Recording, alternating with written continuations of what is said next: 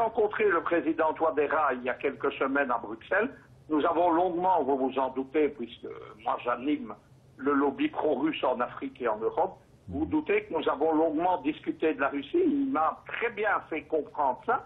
Il m'a dit, nous ne voulons pas remplacer un bloc par un autre, nous n'en avons pas les moyens. C'est le même problème au Mali qu'en Centrafrique. Mais nous avons de l'espace géopolitique et nous avons, au niveau des Nations Unies, qui sont toutes puissantes en Afrique, n'oubliez pas qu'au MINUSMA, la grande force, ce n'est pas seulement les Français de Barkhane, c'est la MINUSMA. Nous avons des alliés, notamment au Conseil de sécurité, ce que nous n'avons pas eu pendant 30 ans, depuis l'éclatement de l'Union soviétique. Ce que les Russes viennent faire en Afrique, quel est leur intérêt? Fabrice l'a bien expliqué. La Russie, c'est un État-continent. Tout ce qu'on trouve dans le sous-sol africain, les terres rares, l'uranium sur les frontières de la Mongolie extérieure, le gaz, le pétrole, tous les minerais stratégiques, plus ce que n'a pas l'Afrique, la technologie nucléaire notamment, etc. La Russie, là, la Russie, elle vient là parce qu'elle a l'ambition de redevenir une grande puissance mondiale et que pour ce faire, il ne faut pas que les Occidentaux recolonisent l'Afrique. L'Afrique, c'est l'enjeu de la future Troisième Guerre mondiale. Qu'est-ce que les Russes viennent faire? Ils viennent s'installer géopolitiquement, ils offrent des capacités de reconstruction des États africains. Ce que les Occidentaux ont fait, c'est la destruction des États africains.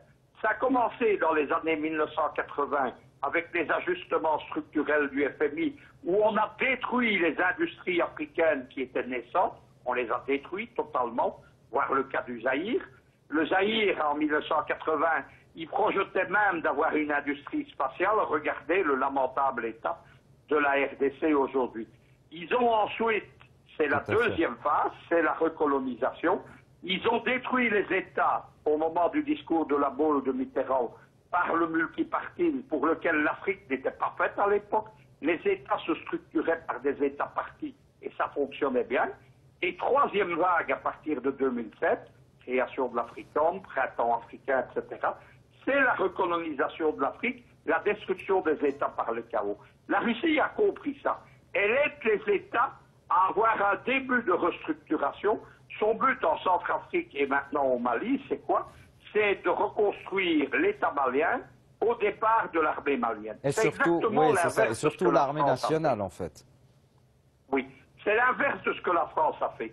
Lorsque la France est intervenue au Mali en 2012, elle a commencé, et ça a été la même chose en Centrafrique, elle a commencé un jeu de bascule entre l'armée, l'État malien un jour, le lendemain c'était une fraction djihadiste, le troisième une autre, on a livré Kidal au fameux MLNA qui n'y était pas planté ethniquement, donc c'est la ville principale du nord malien Touareg, et c'est ce qui s'est passé. L'armée africaine, on l'a détricotée, on l'a empêché de se reconstituer et on l'a empêché de s'installer sur le terrain. C'est ça le jeu vicieux de la France. Lorsque des gens comme Hollande, comme Le Drian, comme Macron viennent vous raconter que la France vient stabiliser les États, non, elle vient y instaurer le chaos et les détruire parce que c'est le prétexte pour être là. Au Mali, il y a des richesses, comme en Centrafrique. Il y a en Centrafrique les diamants, il y a l'uranium, au Mali il y a aussi de l'uranium. Même chose. Derrière la France-Afrique, en fait, il y a des multinationales, c'est comme ça depuis le début. Les deux plus grandes étant Elf, devenue Total pour le pétrole et le gaz, et Areva pour l'uranium. La France est exportatrice d'uranium et de centrales nucléaires. Il n'y a pas une goutte d'uranium en France. C'est ça qu'il faut comprendre. Oui. Et donc la France a besoin du prétexte. Ce prétexte, c'est le chaos. Ce sont les différents terrorismes islamiques. Et ce sont les guerres ethniques. Mais tout ça est le produit, l'ambassadeur Richard Normand l'explique bien dans son livre, c'est le produit de la politique criminelle, moi je n'hésite pas à le dire, du gouvernement français, et singulièrement aujourd'hui de Macron, qui a en plus le vice, parce qu'il n'y a pas d'autre terme, de vendre sa nouvelle France-Afrique 2.0 comme quelque chose qui est là pour aider les Africains. Monsieur Péor, est-ce que vous êtes avec nous toujours? Vous m'entendez? Oui, je suis là. En fait, on a vu aussi au Niger, enfin on parle aussi du Niger parce qu'il faut partie des pays donc, du G5 Sahel, mais le président donc, Issoufou avait demandé, avait appelé, tout comme le ministre des Affaires étrangères burkinabé d'ailleurs, à une coalition internationale, à la formation donc de cette coalition internationale, donc entre la France, les États-Unis, l'Allemagne entre autres, comme l'a dit Monsieur Michel, au sein du Niger. Mais est-ce que donc cette arrivée russe au Mali risquerait d'interférer donc cette fameuse coalition internationale que, soi-disant, on va dire que le Niger et le Burkina demandent à mettre en place dans leur pays? C'est antinomique. Je prends juste un parallèle avec la Syrie. On parle de coalition internationale contre Daesh, mais ce ne sont que les Occidentaux et ses alliés des pays arabes. En cas précis, c'est exactement la même chose. Coalition qui se bat contre quelque chose en Syrie, c'est soi-disant contre Daesh, mais qui l'a combattu que vers la fin, lorsque la Russie avait fait la plupart du travail. Et aujourd'hui, c'est la même chose. On parle de coalition internationale. On peut dire aussi la Russie associée donc aux pays de la région. Oui, alors si c'est la volonté des pays africains, je leur souhaite bonne chance pour que ces pays puissent travailler ensemble.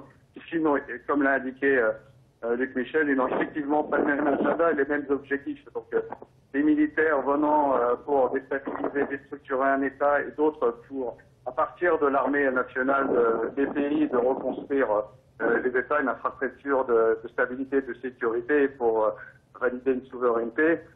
C'est antinomique. Ça ne pourra pas fonctionner, cette puissance, mais surtout appeler une coalition internationale alors que la solution dès le début était présente, qui était cette coalition militaire africaine. Aujourd'hui, il faudrait simplement la remettre en place, puisque ça permettrait à ces pays de se dégager et de respecter cette souveraineté africaine qu'ils réclament tant, qu'ils disent vouloir défendre. Je parle ici de ces pays occidentaux, mais évidemment, toutes leurs actions sont faites pour éviter une solution africaine, un problème africain, pour justifier leur présence. Donc, voir une coalition internationale vers les pays occidentaux et la Russie en même temps, c'est un peu comme croire au Père Noël. Tout à fait. Monsieur Michel, une dernière question pour vous. La région de l'Iptako, on a l'impression depuis l'Iran en fait qu'elle est très convoitée donc par l'Occident. Que pouvez-vous nous dire en fait sur cette région? C'est-à-dire qu'il y a toujours eu des plans de démembrement des États africains depuis la chute de la Libye. Il y en avait un pour la Libye, il y en a un pour le Mali, il y en a un pour la Centrafrique. Dès qu'une région est stratégique, c'est-à-dire par ses bases militaires et ses ressources, les Occidentaux ont tendance à précipiter une sécession de fait. C'est un problème des chefs d'État africains, pour revenir à votre question précédente, c'est qu'ils se laissent prendre à la propagande occidentale. Ils voient Bush qui fait une coalition soi-disant contre le terrorisme, Bush 2, puis ils voient Trump qui annonce une coalition, ils annoncent tous des choses comme ça, et ils pensent que c'est la solution. Le problème des États africains, c'est qu'ils n'ont pas les moyens de cette force multinationale. C'est comme ça que les Occidentaux se sont emparés du G5 Sahel, qui au départ était une idée tchadienne, pour créer un embryon d'armée transnationale africaine. C'est une façon de les neutraliser, et on est même arrivé à quelque chose dans le cas du G5 Sahel. On a vu que les Américains ont introduit le loup saoudien dans la bergerie, qui d'un côté subsidie les groupes djihadistes en Afrique, mais de l'autre côté est venu financer le G5 Sahel.